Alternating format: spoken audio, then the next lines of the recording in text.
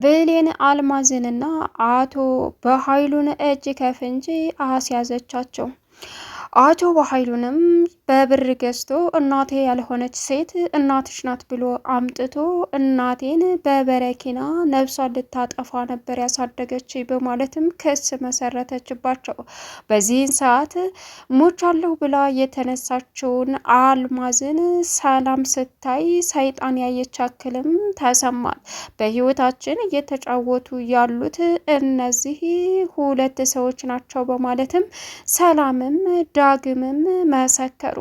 ነገር ግን የቃል እውነታ እንደሚወጣ በቅርቡ ብሌን ለሰላም ቃል ገባችላት። አቶ በኃይሉን እንግዲህ ፖሊስ እጅ ከፍንጅ በመያዝም ወደ እስር ቤት ወሰዳቸው። ሲቀጥል ደግሞ አልማዝ እንግዲህ ከወደቀችበት ተነስታ ምን ልታረጉ ነበር ከነ ነፍሴ የከፋናቸው ስትልም ሞተሻል ብለን ነበር ሲባልም እንግዲህ ሰላምዬ እሷን ስታይ ሰላም ደስታ በደስታ የሆነችበት የሰው ነፍስ አለማጥፋቷ ነው።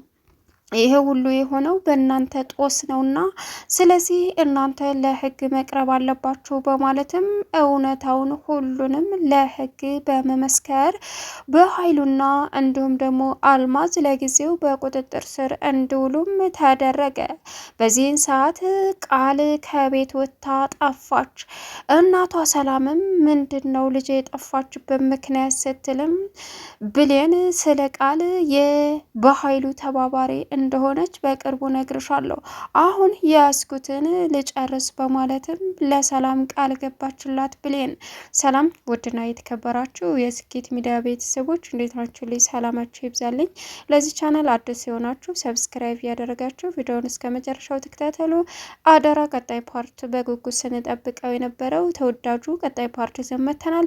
እንግዲህ በሚገርም ሁኔታ ብሌን ዛሬ ታግሳ ሁሉም ነገር ከአቅሟ በላይ ስለሆነ ምስክር ዳግምንና እንዲሁም ደግሞ ሰላምን ወይዘሮ ገነትን በማድረግም እውነታውን ለህግ እንዲመሰክሩላትና እነዚህ አጭበርባሪዎች ህይወቴን ሊቀጥፉት ነበረ፣ የአሳዳጊንም ህይወት የገነትን አጥቸው ነበረ በእነሱ ምክንያት በረኪና ጠጥታ እኔም እንደዚሁ ብዙ ስቃይ እያሳለፍኩ ያለሁት በእነዚህ በሰዎች ነው በማለትም ፍርድ ቤት ከፍታ ስትጠራም እንግዲህ ለሁሉም ትዕዛዝ ሲደርሳቸው አልማዝም ሞተች ተብላ እየተደመደመችዋ ከነነፍሴ ለምን ከፈናችሁ በአንሶላ ብላም በእርግጋ ስትነሳ ቃልና አቶ በኃይሉ በሩጫ እግረ ውጪ በማለትም ወደ ውጭ ወጡ።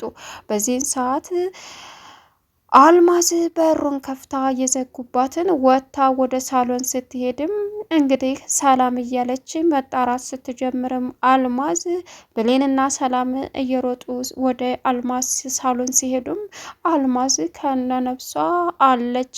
እናም አልማዝ እንግዲህ ልትገሉ ነበር ወይ በማለትም ቀወጠችው። በዚህን ሰዓት አልሞሽም አለሽ እኔ እኮ ሆን ብዬ አይደለም እንደዛ ስታደርጉ ስላናደዳችሁ ገፍትሬሽ ነው ስትልም ብሌን አሁን እውነታውን አወቀች። ዳግምም እንግዲህ አሰምቼሻለሁ ይቺ ሴትዮ እዚህ ቤት ውስጥ በአንቺ ምክንያት ሰላምና እሷ ሲጣሉ በዛ ላይ ቃል እውነታው እንዳይወጣባት አልማዝን በጥፊ ስትመታ አልማዝና ቃል በትንቅንቅ ሲያያዙ አልማዝን ለምን ልጅን ትመቻታለሽ በማለትም ሰላም ስትይዛት ከዛም ሰላም ገፍትራት የጠረጴዛው ራስ እንድመታት አደረገች። በዚህን ሰዓት ሞታለይ ብለን እዛ አስቀምጠናን ነበረ እውነታው እስከሚጣራ ሲሏትም ምን አይነቱ ስብስብ ያለ የአረመኔ ቤት ነው የሞላው ዙሪያውን ስትልም አልማዝ ግን እውነታው እናትሽ እንዳልሆነች ነው ስትባልም ብሌን እውነቱን አውቅ ያለው ማን ነው ብር የከፈለች ስትልም አልማዝ እውነታውን አወጣች። ብር የከፈለኝ ወደ አንቺ እናት ነኝ ብዬ እንድመጣ በኃይሉ ነው። ከዛም ደግሞ እሱ ዝጥወስ ውስጥ አስገብቶ ሲያበቃ ይኸው ከነ ነፍሴ ሊቀብረኝ እየተዘጋጀ ነበረ በማለትም እውነታውን ፍረጥ ስታረገው፣ ሰላምም እንዲሁም ደግሞ ብሌንም እነዚህ ሰዎች መማር የለባቸውም እያጭበረበሩ ህይወቴን ጨለማ ውስጥ ለመክተት የሚያደርሳቸው ምክንያት ምንድን ነው በማለትም ለሰላምና ለዳግም ስታወራ፣ ዳግም ምክንያቱም ባናውቅም አቶ በኃይሉ ደግሞ እውነተኛ እናትሽን እንዳታውቂ የሚያደርግ ጥረት እንደሆነም ይገባኛል። እንዲሁም ደግሞ ሌላውን እንግዲህ ፈጣሪ ያውቃል ሲልም ስለ ቃልና ስለ ሰላም እውነተኛ ልጆች እንዳልሆኑ እኔ እናትና ልጅ እንዳልሆኑ እኔ በደንብ አውቃለሁ። ስለዚህ ይህን እውነት ለሰላም በቅርቡ መናገር አለብን ስትለውም ብሌን ጉደኛ ነሽ፣ እንዴት እስከ ዛሬ በዚህ ምክንያት ሊሆናል ህይወታችን እየተበጠበጠ ያለው ለምን አልተናገርሽም በማለትም ጠየቃት።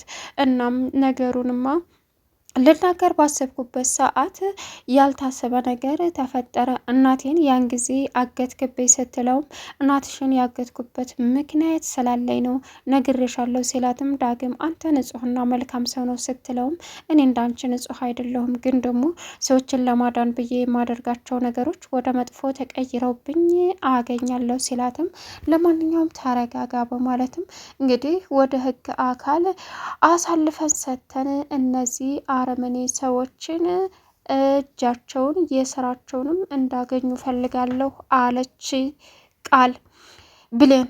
ሰላምም እንደዚሁ እውነትሽን ነው ልጄ፣ እነዚህ ሰዎች አላማቸው ከዚህም በላይ ሊጓዙ ስለሚችሉ ህይወታችንን ስለሚያበላሹት ጠንክረን እጅ ከፍንጅ እንዲያዙ ማድረግ አለብን በማለትም እውነታውን ተናገረች።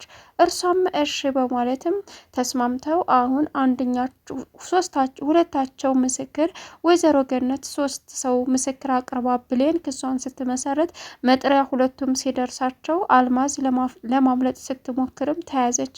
አቶ በኃይሉ ግን የሰራው ስራ እናትና ልጆችን ስቃይ ውስጥ መክተት ስለሆነ አሁን ላይ በስራው ልክ ፍርድ ቤት ራሱ ቅጣቱን እንዳኮናንበውና የሰራውን ስራ አምኖ መቀበል እንዳለበት፣ እንዲሁም ደግሞ ቃል ድንገት ይህን ግርግር ስታይ ተቤት በመጥፋቷ እሷም አንደኛዋ የወንጀል ተባባሪ ናት በመባልም እንግዲህ ተጠርጥራለች። እናም ሰላም ልጄ የወንጀል ተባባሪ ናት ወይ ስትልም፣ ሰላም ስለ ልጅሽ ቃል ብዙ ያልተወራ ብዙ ነገር ስላለ እኔ ራሴ እነግርሻለሁ በማለትም እንግዲህ እውነታውን ብሌን ለቃል መንገር እንዳለባትም ተነጋግረው ጨርሰዋል። አሁን ላይ ሁሉንም ነገር ማስተካከል እስካለባቸው ድረስ ሁሉንም ወደፊት እንቀጥላለን ብለው አምነውና ተቀብለው ተስማምተው ወይዘሮ ገነትም በዚህ ጉዳይ እንድትረዳትም አድርጋ ሁላቸውም እስር ቤት በመግባት የገዛ ህይወታቸውን ደስተኛ ለማድረግም ዝግጁ እንደሆኑ ሁላቸውም አንድ በአንድ ተስማምተዋል።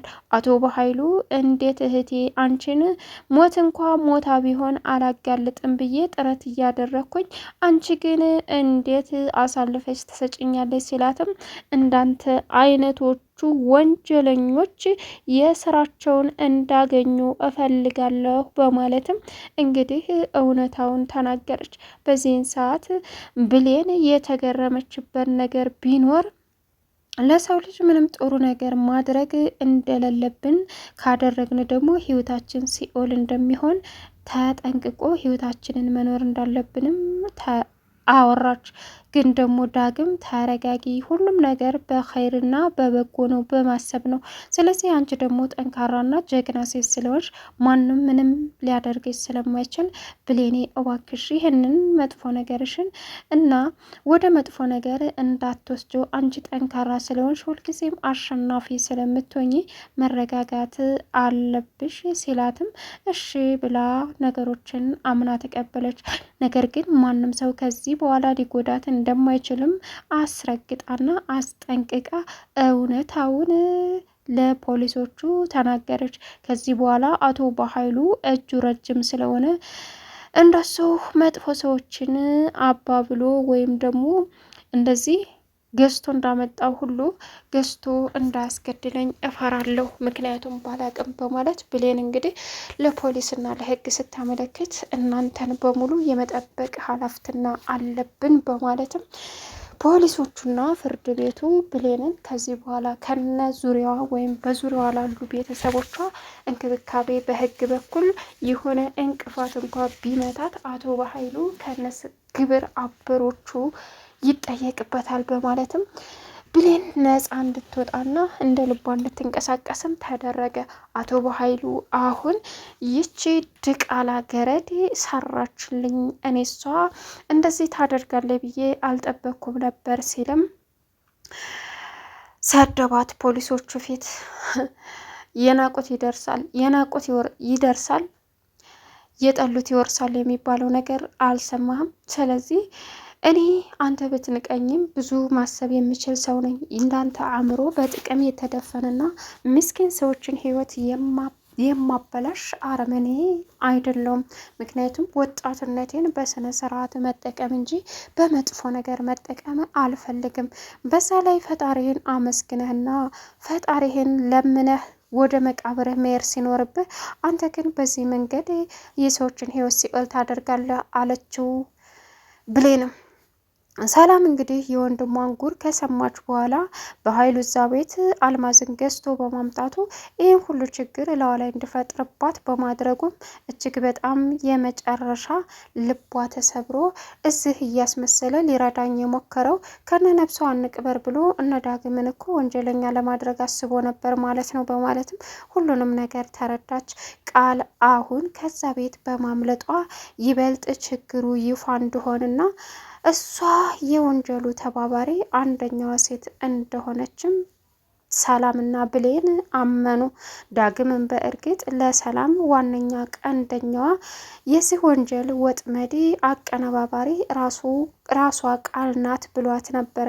ወይዘሮ ገነትም ልጅን አሳልፌ ለአረመኔዎች ሳልሰጥ ፈጣሪ ደርሶልኛል፣ ተቆጥቼ መሄድና ብሌኔ ወደኔ መታ በመትረፏ ፈጣሪን አመሰግነዋለሁ። ሁልጊዜም ፈጣሪን ለምኜ ጥሩ ነገር እንጂ መጥፎ ነገር አስገኝቶኝ አያቅም በሚልም ፈጣሪያቸውን እያመሰገኑ ብሌኔን መጠበቅ አለብኝ እያሉም በወይዘሮ አልማዝ ተግባር ትልቅ ሰው ናት፣ እንዴት እንደዚህ ታደርጋለች፣ ፈጣሪ ይቅር ይበላት በማለትም ሁላቸውም እንግዲህ ብሌንና ሰላምዬ